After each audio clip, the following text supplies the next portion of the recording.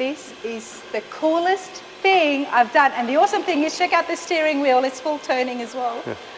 We've been looking at the collection, and there is a lot. They're all immaculate. They're very clean, and they run and drive. So obviously they're maintained really well, which is why we are here. Ed, I'm hearing a lot of noise. What's happening through those doors? We're getting ready to see the workshop back here at the American Muscle Car Museum, and there's 3 people that take care of the collection: myself, Ryan Colin, and Dawson Dedick. We're also, unfortunately, Andrew's not here today to meet you, but he takes care of all of our photos, our videos, our social media. Does a fantastic job, and he's also our event coordinator. We have Claire that takes care of the grounds outside. As you can see, the grounds are gorgeous. You know, in a sense, we're a very small staff. But for the cars here, let's talk a little bit about how we take care of the cars. We're going to peek our heads in here. For those of you at home, social media, Instagram, Facebook, follow. I'm going to put the link on the screen as well. That's what Andrew puts all of the information, but check this out. And we are very proud that we keep all the cars in running and driving order, which is a huge undertaking. It's also a huge expense for Mark.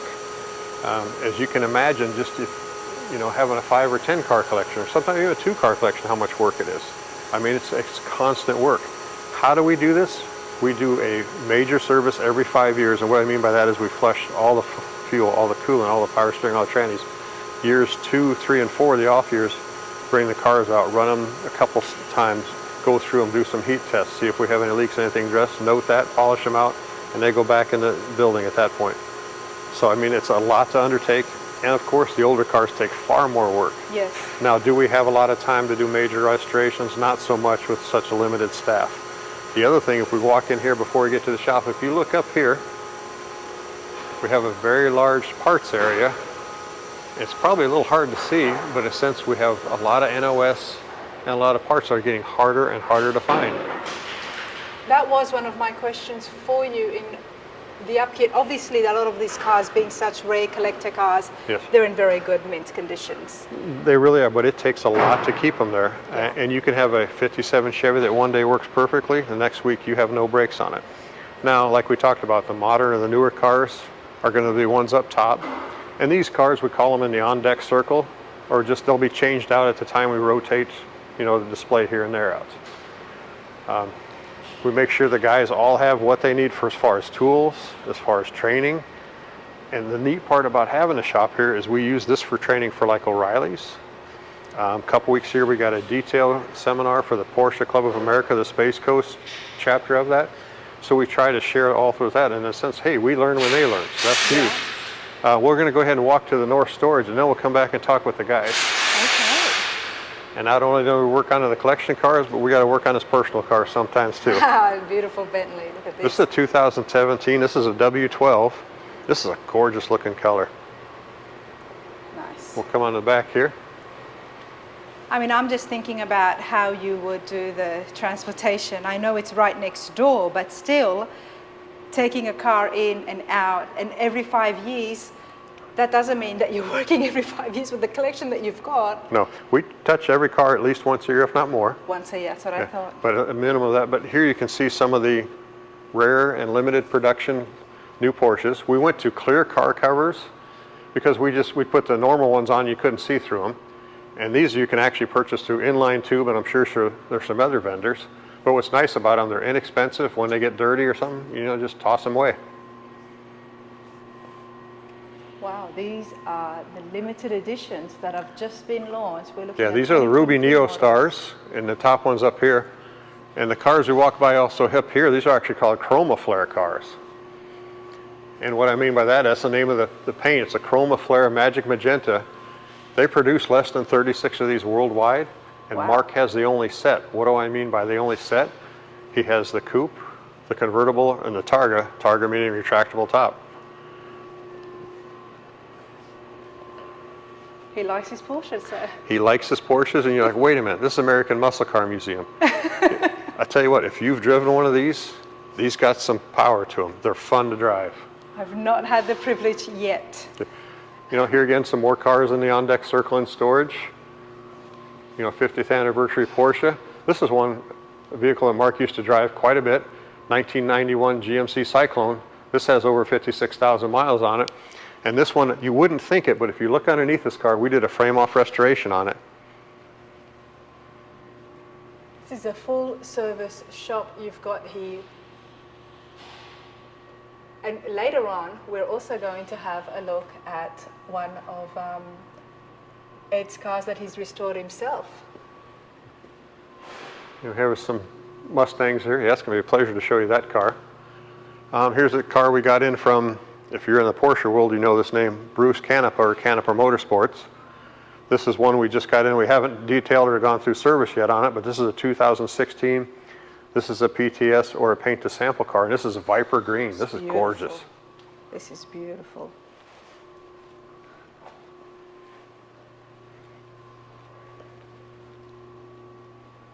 Wow. Are the doors open?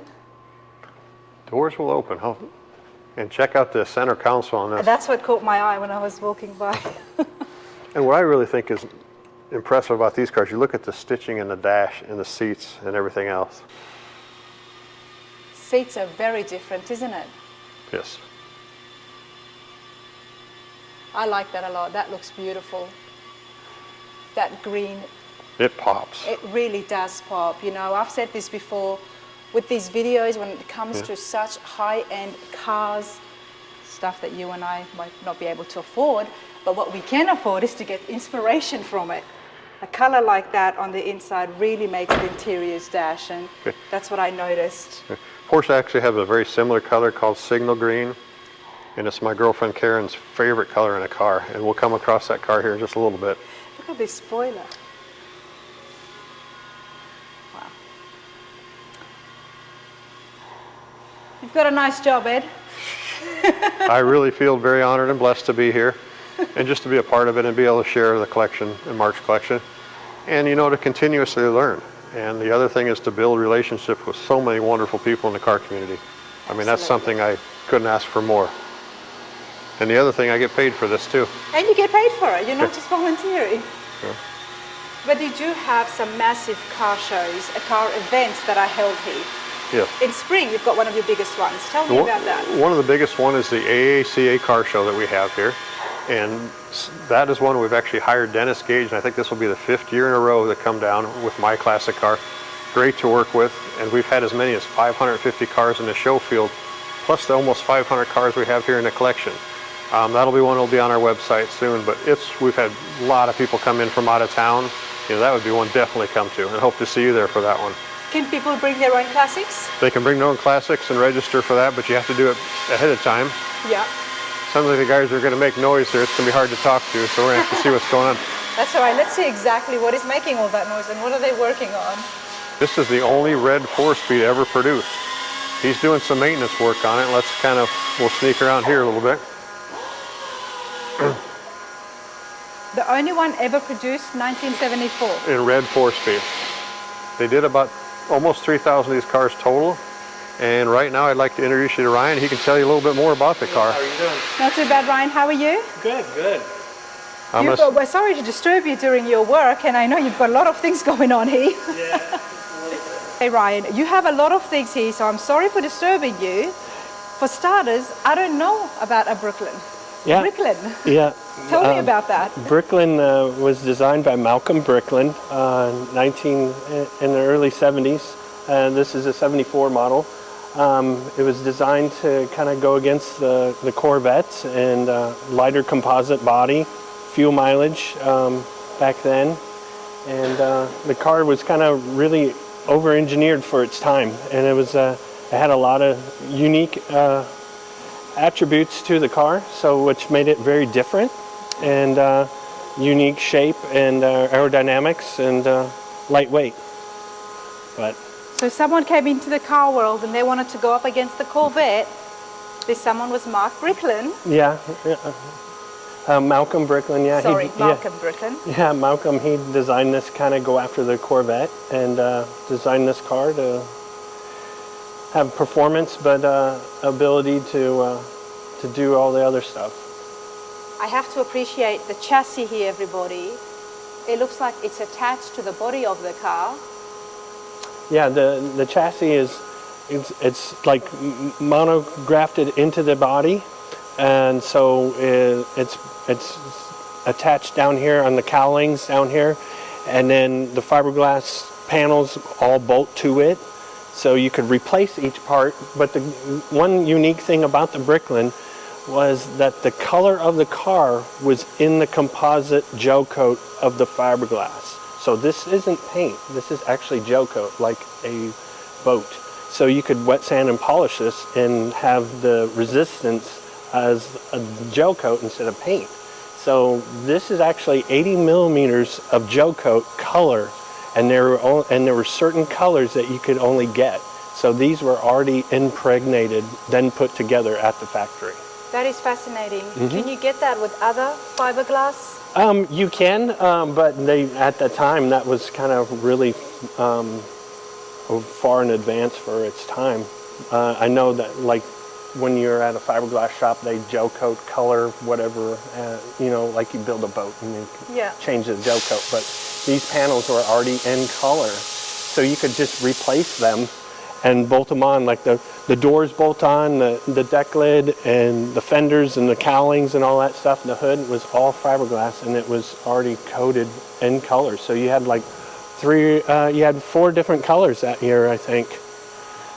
I still have to do a thorough interview about fiberglass, everybody, and it will be coming on the channel because I am fascinated and I would like to learn more on it. There was actually 5 colors in 1974, in 1975, and 76. And this is the safety red 1974 4-speed.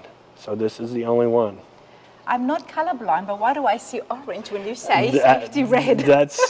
That's part of the gel coat process. It turned made it orange. So I guess that's what they wanted. So do people who use fiberglass these days, and I know many Corvette shops and that do use it, is this what they're using, or are they painting the fiberglass? Most of the fiberglass now is, you know, if you're restoring fiberglass, you basically strip that gel coat off and start over fresh and put new resin into it, refreshing it. But other than that, they do the same process you would do to restore this fiberglass. We've also done it too on a couple other Corvettes, where you take the gel coat off, strip it, re-resin it, prime it, put it back to its original shape. Interesting, and this was in 1974, so it really was ahead of its time. Yeah, very, very far advanced. And we have got the gull-wing doors here. Yep, the doors, we had to take those off. We had to replace the hydraulic cylinders inside and put air cylinders, which were a little bit more reliable and quicker. And so they changed the air system, take the hydraulic system out, and then put an air system in, which was more faster, quicker, easier. And the air system was able, no matter what, if the battery was dead, you could still get into the car. But the hydraulic system, you had to run the battery, which just switches on the outside of the car. Ryan, you're a technician, I'm guessing. Oh, yeah.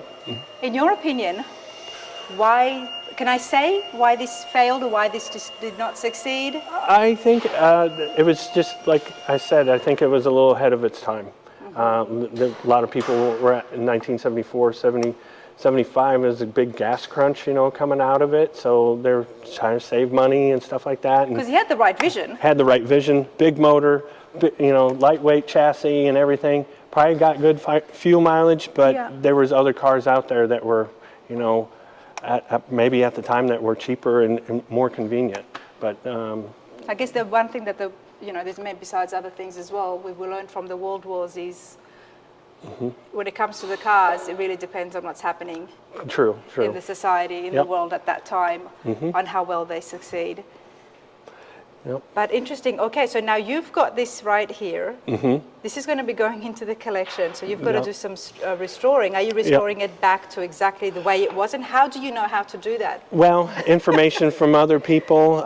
We've got some great people, and plus we know Malcolm very well, and he has given us good people to lean on. The original guy who built this. So the parts are somewhat getting hard to find, so we got to do what we can now because we don't know if the parts will ever be found again. So we're going through and cleaning up the suspension and just making it a little bit tidier, make it nicer and everything because our collection's pretty nice. So we want to make it just as nice as we can since it is the first 74 4-speed. So we want to make it the best quality piece that we can put her. I have no doubt. Looking at everything else that you guys have put out there, I have no doubt that this would be looking just as shiny. How long have you been working with the museum for? I'm almost 2.5 years now. Okay. Okay, nice. Well, I appreciate your time. I'm going to go and see what your friend is doing over there. See if he's actually working or not. Hold on. So we know that Ryan's been here at the museum for 2.5 years.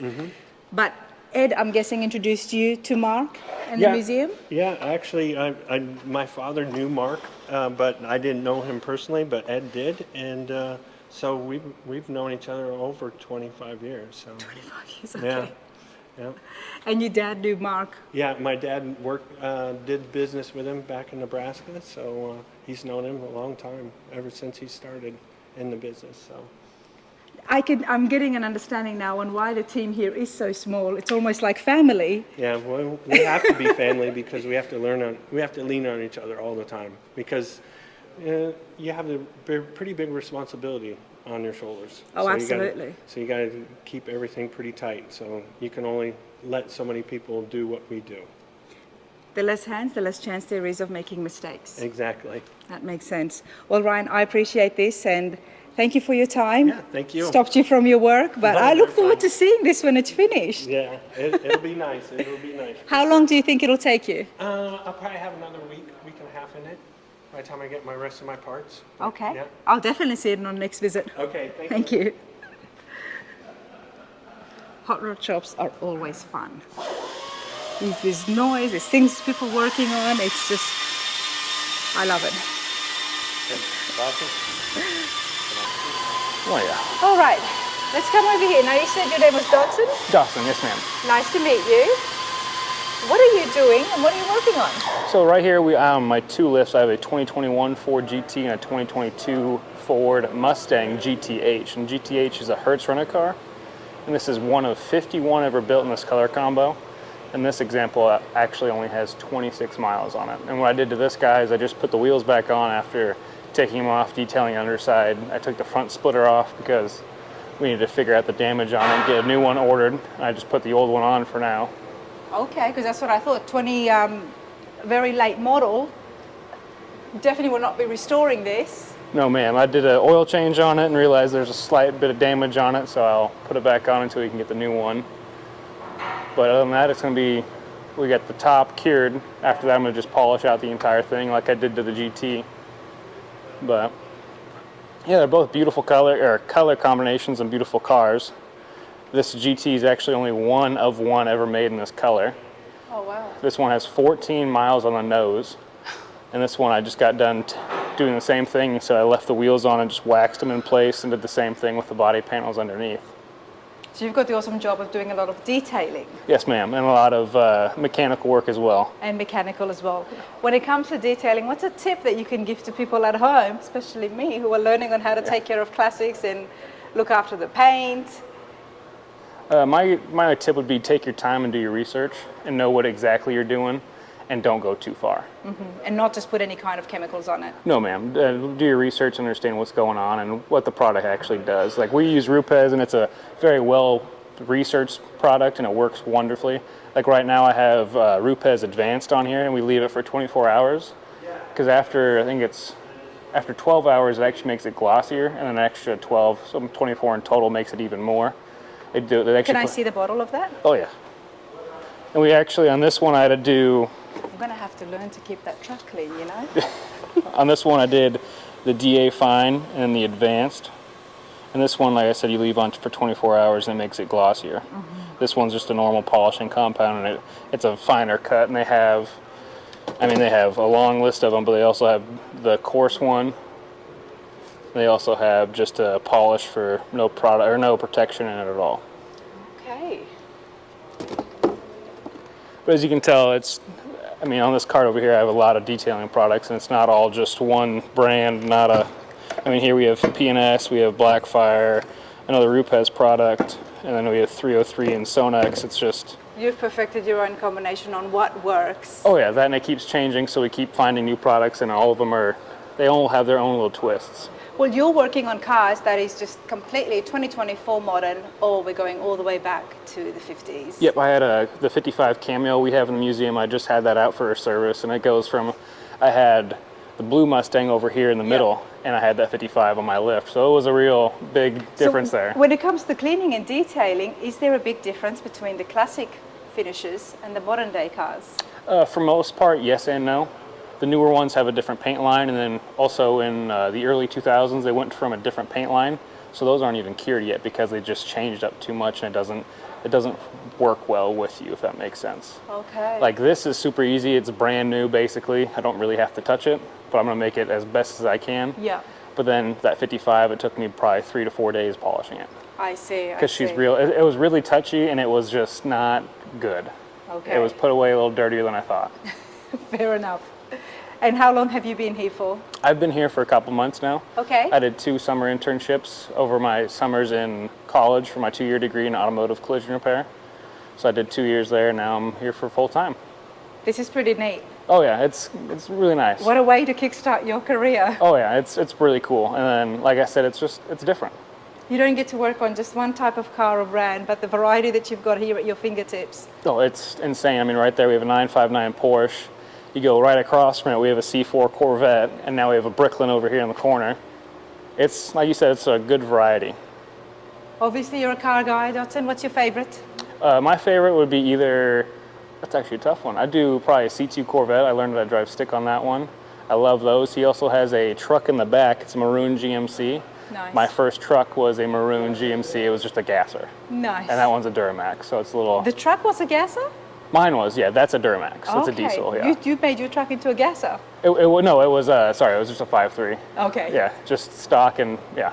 I think I had almost 300,000 miles before I had to throw it away. Nice, nice. Oh, this is pretty neat, honestly. This is great. And I'm happy for you. I mean, to kickstart your career at a place like this, get access to all the different cars and work on it.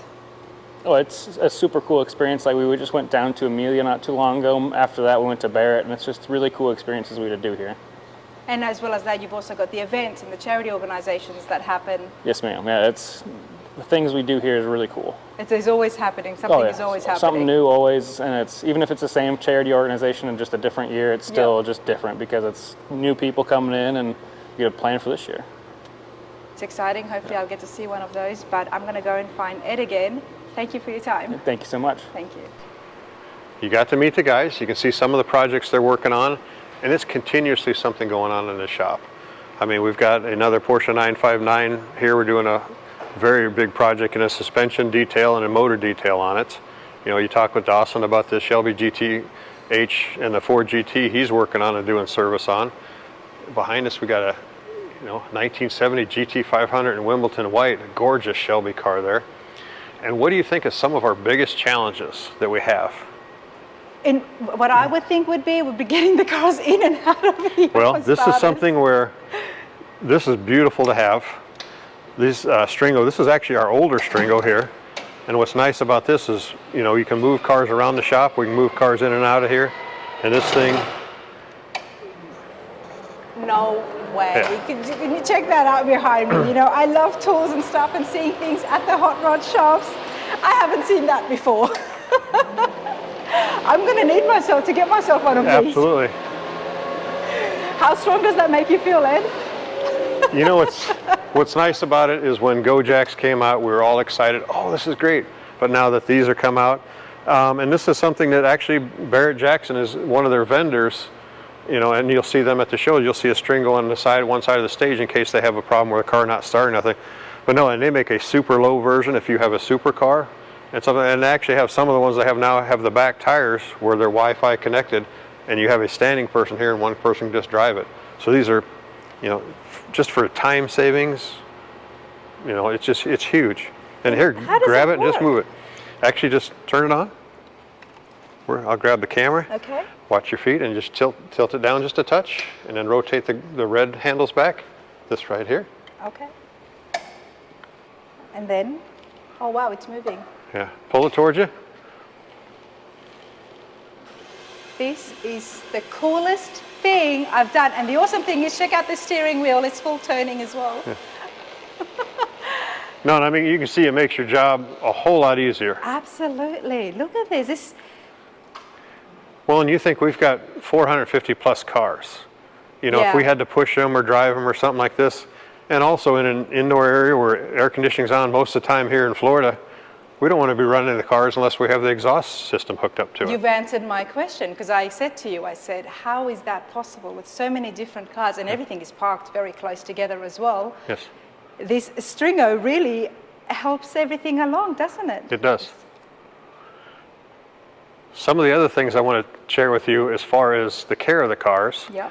The challenges we have is fuel, is batteries, coolant, you know, getting some of the rarer parts which we touched on.